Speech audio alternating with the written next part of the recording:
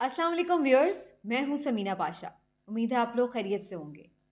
Viewers, Imran Khan साहब ने एक बड़ा ऐलान किया है और वो अपनी तहरीक को एक कदम और आगे बढ़ाते हुए अब उसको एक और नए फेज़ में दाखिल करने जा रहे हैं और उसको नाम दिया उन्होंने जेल भरो तहरीक का।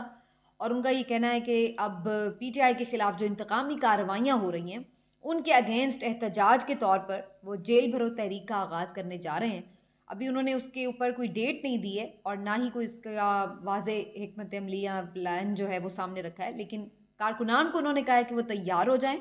और उसके लिए उनकी कॉल के लिए इंतज़ार करें। तो इस कदम के पीछे क्या मकसद है और इससे कप्तान क्या अचीव करना चाहते हैं और क्या ये महज धमकी है या वाकई कुछ ऐसा होने जा रहा है, इसके हवाले से बात करेंगे। और साथ ही साथ ये भी कुछ सामने रखेंगे मामलात जो बहुत ज़्यादा एक हम देख रहे हैं सोशल मीडिया पर कैंपेन चलाई जा रही है, जो पहले तो सिर्फ सोशल मीडिया तक ही महदूद थी, लेकिन अब उसमें मेन स्ट्रीम मीडिया और ख़ास तौर पर जो पीडीएम का हामी मीडिया है वो भी इसमें शामिल हो गया है कि जिस तरह से तज़हीक की जा रही है पीटीआई के रहनुमाओं की, उसको कंपेयर किया जा रहा है पीएमएलएन के रहनुमाओं के साथ और उनको बड़ा खराज तहसीन पेश किया जा रहा है कि जैसे उन्होंने बड़ी बहादुरी से जेलें काटी, जबकि पीटीआई के रहनुमा रो पड़े हैं। तो उसके ऊपर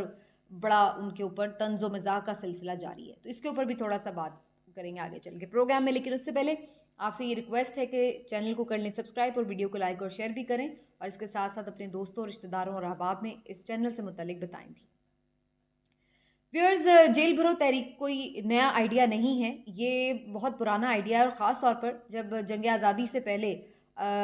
जब अंग्रेज़ों की हुकूमत थी तो उस वक्त सबसे पहले ये सिलसिला हमने देखा। मुस्तकबिल ये जो बिल्कुल यानी आप कह लें माजी करीब में अगर हम बात करें सबसे पहले,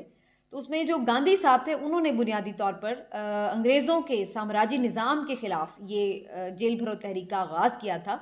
और इसका बुनियादी मकसद ये होता है कि जब कोई आपको इंतहा से ज़्यादा विक्टिमाइज़ करता है, आपके ऊपर बोगस मुकदमात बना के गिरफ़्तार करता है, तो जो भी हुकूमत वक्त होती है उसको थोड़ी शर्म दिलाई जाए कि आप किस लेवल पर गिर गए हैं। तो इसके लिए ये जेल भरो तहरीक की जाती है और इसका एक मकसद ये भी होता है कि एक पूरे जब सब लोग मिलकर इस चीज़ में पार्टिसिपेट करें तो एक प्रेशर भी पड़े हुकूमत वक्त पर, उनको रियलाइज़ भी करवाया जाए और इंटरनेशनली भी इस चीज़ को रियलाइज़ करवाया जाए कि इस मुल्क में आइन और कानून नाम की कोई चीज़ बाकी नहीं रह गई है और इस मुल्क में अब ये सूरत हाल है कि जहाँ पर जो इंसानी हुकूक हैं उसको भी पामाल किया जा रहा है। तो ये जो एक प्रेशर फिर इंटरनेशनली बिल्ड होता है उसका भी इम्पैक्ट फिर ज़ाहिर है हुकूमत वक्त पर आता है। तो बुनियादी इसका जो मकसद होता है वो यूँ होता है। गांधी साहब ने जब वो कॉन्फ्रेंस को लीड कर रहे थे, उस वक्त उन्होंने इस चीज़ को किया, इस पर अमल। और उसके बाद फिर पाकिस्तान में हमने आज़ादी पाकिस्तान के बाद भी देखा कि जिस तरह से जो है मुख्तलिफ दौरों में ये तहरीक शुरू की गई। जिस तरह से भुट्टो साहब के ख़िलाफ़ भी शुरू की गई थी जब तहरीक निज़ाम मुस्तफ़ा की तहरीक थी, और फिर उसके बाद हमने देखा कि जनरल ज़ियाउल हक साहब के भी अगेंस्ट जो है ये तहरीक जो है वो स्टार्ट की गई थी तकरीबन 80s में, 83 में। तो इस तरह से ये तहरीकें जो है हम देखते रहे हैं जेल भरो तहरीकें, और इसका मकसद जैसे कि मैंने आपको बताया कि हुकूमत वक्त पर प्रेशर डालना है। तो खान साहब भी अब यही सोच रहे हैं कि जब इन्होंने यही शौक़ पूरे करने हैं कि बाद बे बाद मुकदमात बनाए जा रहे हैं, तो शराब नोशी और इस किस्म के मुकदमात फ़ेस करने से बेहतर ये कि खुद ही जाके गिरफ्तारियां दे दी जाएं, जेलें भर दी जाएं, और इस चीज़ को ज़्यादा फिर ये हाईलाइट भी होगी कि किस तरह से इंसानी हुकूक पामाल हो रहे हैं। क्या इस के ऊपर फ़ौरी अमल होगा? इसके ऊपर अभी फ़ौरी अमल नहीं होगा। क्या इससे हुकूमत कोई सबक सीखेगी या कोई थोड़ी सी उसको शर्म आ जाएगी या उसके ऊपर कोई थोड़ा प्रेशर पड़ेगा? फ़िलहाल ऐसा नहीं होगा और मुझे नहीं लग रहा है कि ये हुकूमत जो है इस चीज़ का कोई नोटिस लेगी जो इमरान खान साहब ने ये ऐलान किया, बल्कि उल्टा उनकी तरफ से फ़ौरी जो रद्द-ए-अमल आया उससे तो मैं ये अंदाज़ा हुआ कि इन्होंने मजाक उड़ाना शुरू कर दिया कि जनाब आप तो 6-6 दिन की जेलों पर आपके रहनुमा रो पड़ते हैं, तो आप कहाँ से जेल भरो तहरीक शुरू करेंगे और आप तो खुद बैठे हुए हैं ज़मानतें ले लेके। तो वो उनकी तरफ से एक उसी तरह का रद्द-ए-अमल जैसा कि एक आम तौर पे आता है, उसी तरह का रद्द-ए-अमल हमने देखा। बहुत सारे लोगों का ये ख्याल है कि ये तहरीकें तब कामयाब होती हैं अगर फ्रंट से लीड करता है खुद लीडर, और अगर इमरान खान साहब सबसे पहले खुद गिरफ्तारी दें तो फिर उसके बाद पीछे उनके जो सेकंड ईयर लीडरशिप है वो भी गिरफ्तारियां देगी और फिर कारकुनान भी देगी। तो फिर इस तरह से इसको एक कामयाबी मिलने का चांस है। लेकिन अगर इमरान खान साहब सिर्फ ये ऐलान कर दें कि जी जाएं आप जाके तहरीक की वजह से जेलें भर दें, तो उसमें कामयाबी मुश्किल नज़र आती है। ये बात किसी हद तक दुरुस्त साबित हो सकती है, क्योंकि मैं अभी पिछले दिनों भी मुख्तलिफ एहतजाजों का जिक्र कर रही थी कि मैंने नहीं देखा कि अवाम अज खुद निकल रहे हों। तो हाँ, रिएक्शन के तौर पर ज़रूर निकल सकते हैं, अगर जैसे खान साहब को गिरफ़्तार किया जाए तो रिएक्शन में निकल आए लोग। लेकिन अगर ये आप कहें कि जनाब अज खुद कोई अपने हुकूक के लिए निकल आएगा सड़कों पर, तो फ़िलहाल वो लेवल मुझे तो अवाम का नज़र नहीं आया। लेकिन मेरा ज़ाती ख़्याल ये कि इमरान खान साहब को इस सिलसिले में पहले गिरफ़्तारी नहीं देनी चाहिए, क्योंकि ये तो इस हुकूमत का काम आसान करने के मुतरादिफ़ होगा। ये तो पहले ही हीले बहाने कब से ढूंढ रहे हैं, हिम्मत नहीं कर पा रहे खान साहब को गिरफ़्तार करने की। तो अगर वो खुद ही कोई गिरफ़्तारी दे देंगे तो ये तो फिर उनके लिए एक बिल्कुल हलवा प्लेट पे उन्हें मिल जाएगा कि यही तो वो चाहते थे और यही वो कर गुजरे हैं अगर इमरान खान साहब, तो उनका तो काम आसान हो जाएगा कि इनको बंद रखें और 6-8 महीने और उसके बाद सुकून से जो है वो हुकूमत करते रहें। तो मेरा नहीं ख्याल है कि ये इस खुद इस चीज़ के ऊपर आना चाहिए। लेकिन खान साहब बहरहाल खान साहब हैं, वो कुछ भी कर सकते हैं और बहुत सारे लोग उनको बड़ा अंडर एस्टिमेट करते हैं कि जी वो ऐसा नहीं करेंगे, लेकिन वो कर गुजरते हैं। और इसकी कई मिसालें अभी हमने माजी करीब में देखी हैं कि जिसमें लोगों का ख्याल नहीं था कि कभी इस्तीफ़ा देगी पीटीआई। कौमी असम्बली से इस्तीफ़ा देना बड़ा दिलगुर्दे का काम होता है, बड़ी मेहनत से इलेक्शन जीता जाता है, लेकिन उन्होंने दे दिए इस्तीफ़े। इसी तरह असम्बलियाँ तहलील करने के मामले पर भी लोगों का यही ख्याल था कि ये कैसे हो सकता है कि कोई अपने हाथ से अपनी हुकूमत ख़त्म कर दे, लेकिन इमरान खान साहब ने ये भी करके दिखा दिया और उन्होंने अपने हाथ से असम्बलियाँ तहलील कर दी। तो अगर इमरान खान साहब ये भी 2 कदम उठा सकते हैं इंतहाई, तो फिर ये कदम भी उनसे अगर कोई ये एक्सपेक्ट कर रहा है कि वो नहीं उठा सकते, तो ये कुछ अलग सी सोच ही होगी। तो बहरहाल देखते हैं थी ये जेल भरो तहरीक का क्या आगाज़ और क्या अंजाम होता है। लेकिन जेल के ज़िक्र के ऊपर काफ़ी ज़्यादा एक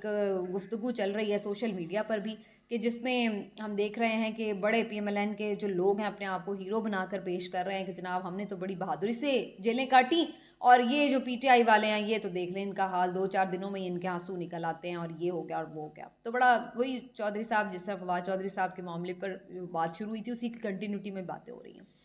तो उसमें अब जो मेरा आज नए इसमें जो 2 पॉइंट हैं वो ये हैं कि एक तो मुझे इस बात का बड़ा अफ़सोस हुआ कि जिस तरह से एक लीडिंग चैनल जियो न्यूज़ की तरफ से बाकायदा इसके ऊपर एक मजाक उड़ाया गया। ये बड़ा अनफॉर्चुनेट था कि यानी ठीक है आप ये एक कंपैरिजन दे लें कि भी उनके दौर में भी ऐसा होता था, लेकिन अगर आप उसको बाकायदा इस तरह से